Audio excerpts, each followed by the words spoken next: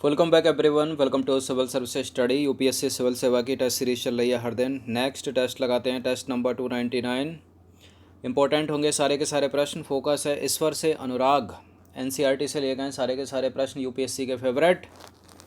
देखिए, एग्ज़ाम की डेट जो भी हो, आप अपने अध्ययन में हर दिन लगे रहिए, जुड़े रहिए, ताकि जब भी ये सब कुछ नॉर्मल हो आपको सुनिश्चित सफलता प्रारंभिक परीक्षा में मिल जाए यूपीएससी सिविल सेवा की। यदि हाथ पे हाथ रख के बैठ के मनोरंजन करोगे, मतलब पढ़ाई साइड कर दोगे, किताबें साइड कर दोगे, तब कुछ नहीं होने वाला। जितना अभी तक पढ़ा होगा सब खराब हो जाएगा। इसलिए जैसे चल रहा है वैसे ही चलते रहने दीजिए। चलिए स्टार्ट करते हैं। तो क्वेश्चन नंबर 1 है, प्रारंभिक शताब्दियों के संदर्भ में नीचे दिए गए कथनों पर विचार कीजिए। तीन स्टेटमेंट, इनमें से कौन सा सत्य होगा। देखिए, विशद धार्मिक अनुष्ठानों के माध्यम से शिव, विष्णु तथा दुर्गा को परम देवी देवताओं के रूप में पूजा जाने लगा।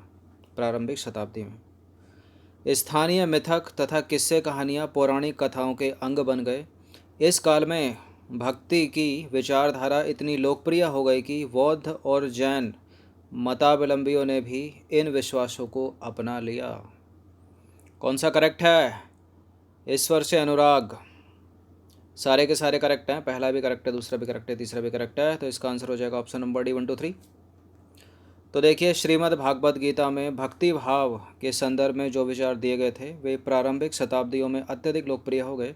धार्मिक अनुष्ठानों के माध्यम से शिव, विष्णु तथा दुर्गा को परम देवी देवता के रूप में पूजा जाने लगा। साथ ही भिन्न भिन्न क्षेत्रों में पूजे जाने वाले देवों और देवियों को भी विष्णु, शिव एवं दुर्गा के रूप में माना जाने लगा। पुराणों में पूजा की जिन पद्धतियों को बताया गया था, स्थानीय पंथों में भी अपनाया जाने लगा। क्वेश्चन नंबर 2 है, अलवार और नैनार संतों ने भारतीय उपमहाद्वीप में किस जगह धार्मिक आंदोलन का नेतृत्व किया। कहाँ पर किया था इन्होंने। इम्पोर्टेंट है प्रश्न। दक्षिण भारत, उत्तर भारत, पूर्वी भारत या फिर उत्तर पश्चिम भारत। बताइए इसका आंसर क्या है। देखिए, इसका आंसर ऑप्शन नंबर ए दक्षिण भारत। तो 7वीं से 9वीं शताब्दियों के बीच कुछ नए धार्मिक आंदोलनों का प्रादुर्भाव हुआ। दक्षिण भारत में इन आंदोलनों का नेतृत्व नैनारों और अलवारों ने किया। जो नैनार थे वो शैव संत थे, जो अलवार थे वो वैष्णव संत थे। याद रखिएगा, अलग से पूछ लिया जाता है ये। क्वेश्चन नंबर 3 है, तेवरम और तिरुवाचकम किनके गीतों का संकलन है। अलवार संतों, नैनार संतों, नामपंथियों या फिर संत ज्ञानेश्वर के। तेवरम और तिरुवाचकम जो गीतों का संकलन है वो है नैनार संतों के। इसका आंसर हो जाएगा ऑप्शन नंबर डी। तो देखिए, नैनार संतों के गीतों के 2 संकलन हैं, तेवरम और तिरुवाचकम। इनमें सर्वाधिक प्रसिद्ध संत हुए अप्पार और संबंदर, सुंदरार और मणिक्यव सागर। क्वेश्चन नंबर 4 है, अलवार संतों के गीत किसमें संकलित हैं। बताइए। नैनार के हो गए, अलवार के किसमें संकलित हैं। दिव्य प्रबंधम, तेवरम, साहित्य लहरी और पंचवाणी। साहित्य लहरी किसकी है। सूरसागर वाली साहित्य लहरी सूरदास जी की है। तो ये तो होगा नहीं इसका। पंचवाणी भी नहीं होगा, तेवरम भी नहीं होगा, यह है Divya Prabandham, option number A. तो देखिए, अलवार संत संख्या में 12 थे। वे भिन्न भिन्न प्रकार की पृष्ठभूमियों से आए थे। उनमें सर्वाधिक प्रसिद्ध कौन। परिय अलवार, उनकी पुत्री अंडाल और तोंडर, डिपोड्डी और नम्मालवार थे। उनके गीत दिव्य प्रबंधन में संकलित हैं। क्वेश्चन नंबर 5 है, प्रसिद्ध दार्शनिक शंकराचार्य किस सिद्धांत के समर्थक थे। ये इंपॉर्टेंट है यूपी पीसीएस के लिए भी और यूपीएससी सिविल सर्विसेज के लिए भी ऐसे प्रश्न। तो शंकराचार्य किस सिद्धांत के समर्थक थे। शंकराचार्य थे अद्वैतवाद के। तो इसका आंसर क्या हो जाएगा, ऑप्शन नंबर सी। तो भारत के सर्वाधिक प्रभावशाली दार्शनिकों में से एक शंकर का जन्म जो है वो 8वीं शताब्दी में कहाँ पर हुआ। केरल में हुआ। वे अद्वैतवाद के समर्थक थे, जिसके अनुसार जीवात्मा और परमात्मा दोनों एक ही होते हैं। उन्होंने शिक्षा दी कि ब्रह्मा जो एकमात्र परम सत्य है वह निर्गुण है और निराकार है। शंकर ने हमारे चारों ओर के संसार को मिथ्या मिथ्या माना और ज्ञान के मार्ग को अपनाने का उपदेश दिया। संसार मिथ्या है किसके अनुसार? शंकराचार्य के अनुसार। मिथ्या या माया माना है उन्होंने, किसको? संसार को, इस संसार को। इस प्रश्न का उत्तर दीजिए तो विशिष्टाद्वैत के सिद्धांत का प्रतिपादन किसने किया? शंकराचार्य तो अद्वैतवाद से संबंध हो गया उनका। विशिष्टाद्वैतवाद किसका है? यह है रामानुज। राम विशिष्ट हैं, इस तरह से याद करने के लिए पहले भी बताया हमने। तो देखिए, रामानुज ने विशिष्टाद्वैत के सिद्धांत का प्रतिपादन किया, जिसके अनुसार आत्मा परमात्मा से जुड़ने के बाद भी अपनी अलग सत्ता बनाए रखती है। रामानुज विष्णु भक्त अलवार संतों से बहुत प्रभावित थे। उनके अनुसार मोक्ष प्राप्त करने का उपाय विष्णु के प्रति अनन्य भक्ति भाव रखना है। और रामानुज के सिद्धांत ने भक्ति की नई धारा को बहुत प्रेरित किया, जो परवर्ती काल में उत्तरी भारत में विकसित हुई। क्वेश्चन नंबर 7 है, अलवार और नैनार संतों के संदर्भ में निम्न कथनों पर विचार कीजिए और बताइए कि इनमें से कौन सा सही है। देखिए, ये संत जो है ना, वो सभी जाति से नहीं बल्कि कुछ समृद्ध एवं शिक्षित जाति से ही संबंधित थे। अलवार और नैनार, ये संत बौद्ध धर्म के बड़े समर्थक थे। नैनार एवं अलवार घुमक्खड़ साधु संत थे। देखिए, बिल्कुल नैनार और अलवार जो हैं वो घुमक्कड़ साधु संत थे, करेक्ट है ये वाला स्टेटमेंट। ये नैनार और अलवार जो थे ये बौद्ध धर्म और जैन धर्म के समर्थक नहीं थे बल्कि कड़े आलोचक थे। ये जो संत थे वो सभी धर्म से नहीं बल्कि कुछ समृद्ध एवं शिक्षित जाति से संबंधित थे, ये भी गलत है। सभी जाति एवं धर्म से थे ये। तो यहाँ केवल 3 ही करेक्ट हो जाना चाहिए। 1 को एलिमिनेट करिए, 2 को एलिमिनेट करिए, जहाँ जहाँ पर भी हैं।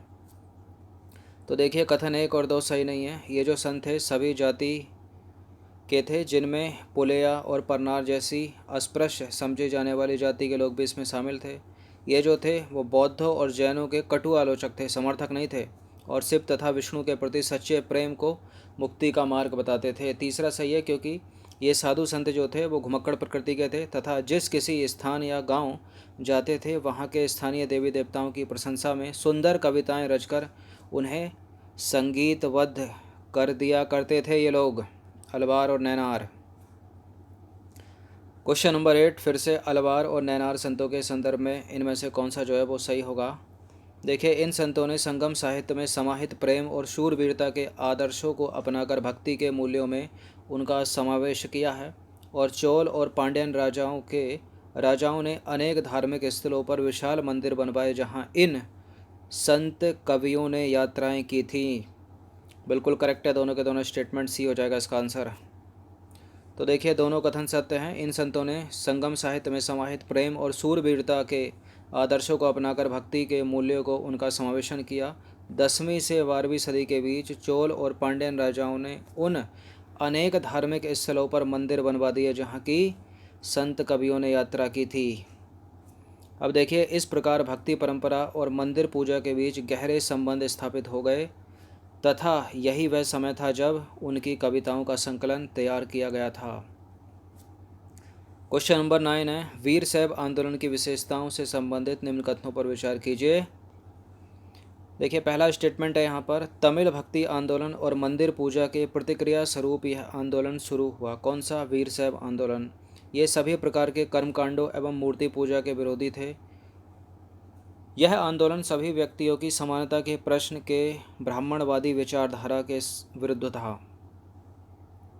देखिए, ऐसा बहुत कम होता है कोई संप्रदाय या आंदोलन जो है वो सभी प्रकार के कर्मकांड एवं मूर्ति पूजा का विरोधी हो, लेकिन यहाँ सही है ये वाला स्टेटमेंट, और पहला भी सही है, तीसरा भी सही है, सारे के सारे सही हैं। डी है इसका आंसर। तो अलवार एवं नैनार संतों के द्वारा शुरू किए गए तमिल भक्ति आंदोलन और मंदिर पूजा के लिए विशिष्ट संबंध थे, और इसके परिणाम स्वरूप जो प्रतिक्रिया हुई वह बसवन्ना और अल्लमा प्रभु और अक्कम महादेवी जैसे अनेक साथियों द्वारा शुरू किए गए वीर शैव आंदोलन में स्पष्ट दिखाई देती है। यह आंदोलन 12वीं शताब्दी के मध्य कर्नाटक में शुरू हुआ और वीर शैवों ने सभी व्यक्तियों की समानता के पक्ष में और जाति तथा नारी के व्यवहार के बारे में ब्राह्मणवादी विचारधारा के विरुद्ध अपने प्रबल तर्क प्रस्तुत किए। 10वां प्रश्न है, संत ज्ञानेश्वर, नामदेव, एकनाथ, तुकाराम और सुखबाई जैसी स्त्रियों ने किस क्षेत्र में भक्ति आंदोलन का नेतृत्व किया? कहाँ पर किया इन्होंने? तमिलनाडु, बंगाल, केरल या महाराष्ट्र? बताइए। नामदेव, एकनाथ, तुकाराम, संत ज्ञानेश्वर और महिला हैं सुखबाई। इन्होंने किया था महाराष्ट्र में, ऑप्शन नंबर डी। तो देखिए 13वीं से 17वीं शताब्दी तक महाराष्ट्र में अनेकाएक संत एवं कवि हुए, जिनके सरल मराठी भाषा में लिखे गए गीत आज भी जन मन को प्रेरित करते हैं। इन्हीं संतों में प्रमुख थे ज्ञानेश्वर, नामदेव, एकनाथ, तुकाराम तथा सुखबाई जैसी स्त्रियां और चखा मैना का परिवार, जो अस्पृश्य समझी जाने वाली महार जाति का था।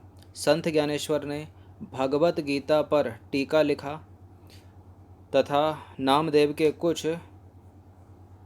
के कुछ पदात्मक गीत गुरु ग्रंथ साहिब में संग्रहित हैं। क्वेश्चन नंबर 11 है, 13 से 17वीं सदी तक महाराष्ट्र में चले भक्ति आंदोलन के संदर्भ में विचार करना है। आपको 3 स्टेटमेंट बनाकर पूछा गया है और बताना है कि इनमें से कौन सा सही है।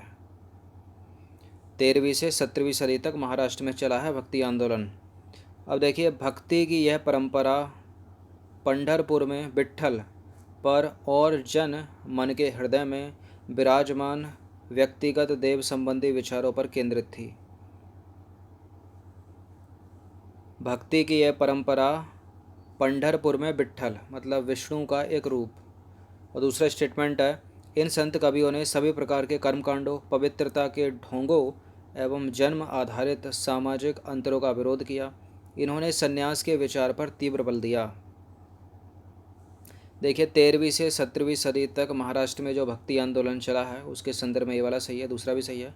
तीसरा गलत है, क्योंकि इन्होंने संन्यास के विचार पर बल नहीं दिया था भक्ति आंदोलनों में। तो केवल 1 और 2 सही है यहाँ पर।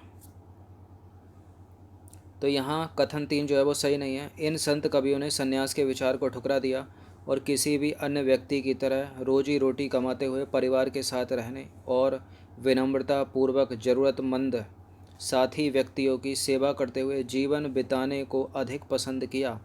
उन्होंने इस बात पर बल दिया कि असली भक्ति दूसरों के दुखों को बांट लेना है, ये ना कि सारे जनमानस से अलग होकर वन में चल गए और वहाँ पर संन्यास कर रहे हैं, सन्यासी बन गए।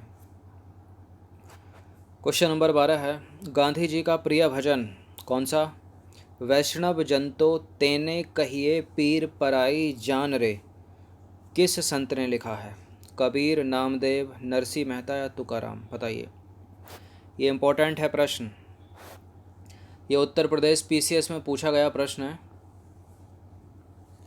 तो कबीर इसका उत्तर नहीं है, इसका उत्तर नामदेव भी नहीं है, तुकाराम भी नहीं है, इसका उत्तर है नरसिंह मेहता।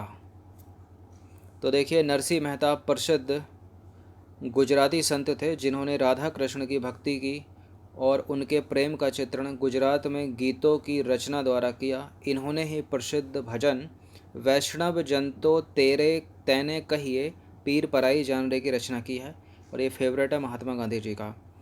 क्वेश्चन नंबर 13 है, सूफियों के संदर्भ में निम्नलिखित में से कौन सा कथन जो है वो सत्य है? 3 स्टेटमेंट है यहाँ पर। देखिए सूफियों और संतों में कोई समानता नहीं थी। सूफी मुसलमान रहस्यवादी थे। सूफी लोगों ने मुस्लिम धार्मिक विद्वानों द्वारा निर्धारित कर्मकांड और आचार संहिता का बड़ी दृढ़ता पूर्वक पालन किया। देखिए सूफियों और संतों में समानता तो थी, ये गलत है पहला वाला स्टेटमेंट। तो एलिमिनेट कर दिए, जहाँ जहाँ एक है वो नहीं होगा। तो आंसर आराम से इसका क्या हो गया? सी हो गया, क्योंकि सूफी लोगों ने मुस्लिम धार्मिक विद्वानों द्वारा निर्धारित कर्मकांड और आचार संहिता का दृढ़तापूर्वक विरोध किया है, पालन नहीं किया। केवल दूसरा सही है, सूफी मुसलमान रहस्यवादी थे। तो देखिए सी सही हो जाएगा यहाँ पर, केवल 2। संतों और सूफियों में बहुत अधिक समानता थी, यहाँ तक कि यह भी माना जाता कि उन्होंने आपस में कई विचारों का आदान प्रदान किया और उसे अपनाया। सूफी लोग धर्म के बाहरी आडंबरों को अस्वीकार करते हुए ईश्वर के प्रति प्रेम और भक्ति तथा मनुष्य के प्रति दया भाव रखने पर बल देते थे। इन्होंने मुस्लिम धार्मिक विद्वानों द्वारा निर्धारित विशद कर्मकांड और आचार संहिता को बहुत कुछ जो है इनमें अस्वीकार किया था, उन्होंने स्वीकार नहीं किया था। ये ईश्वर से ठीक उसी प्रकार जुड़ा रहना चाहते थे जिस प्रकार एक प्रेमी दुनिया की परवाह किए बगैर अपनी प्रियतमा के साथ जुड़ा रहना चाहता है।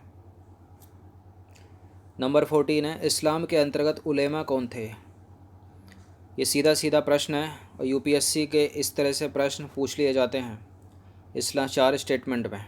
इस्लाम के अंतर्गत उलेमा कौन थे? प्रशासनिक अधिकारी नहीं थे, कुलीन वर्ग के लोग नहीं थे, धनी व्यापारी नहीं थे, कौन थे? विद्वान थे। यह प्रश्न भी यूपीएससी सिविल सेवा में पूछा हुआ है।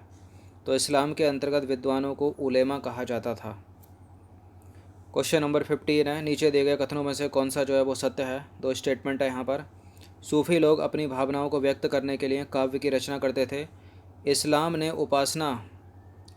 उपासना पद्धतियों को सामूहिक प्रार्थना नवाज का रूप देकर उसे काफ़ी सरल बना दिया। इस्लाम ने उपासना पद्धतियों को सामूहिक प्रार्थना नवाज का रूप देकर उसे काफ़ी सरल बना दिया और नियमित पालन भी करते हैं इस्लामिक लोग इसका। बिल्कुल करेक्ट है, दोनों के दोनों स्टेटमेंट है, यहाँ पर सी हो जाएगा इसका उत्तर। तो देखिए, इस्लाम ने एकेश्वरवाद यानी एक अल्लाह के प्रति पूर्ण समर्पण का दृढ़ता से प्रचार किया। उसने मूर्ति पूजा को अस्वीकार कर उपासना पद्धतियों को सामूहिक प्रार्थना नवाज का रूप देकर काफ़ी सरल बना दिया। संत और कवियों की तरह सूफ़ी लोग अपनी भावनाओं को व्यक्त करने के लिए काव्य रचना किया करते थे। गद्य में एक विस्तृत साहित्य तथा कई किस्से कहानियाँ इन सूफ़ी संतों के इर्द गिर्द विकसित हुई।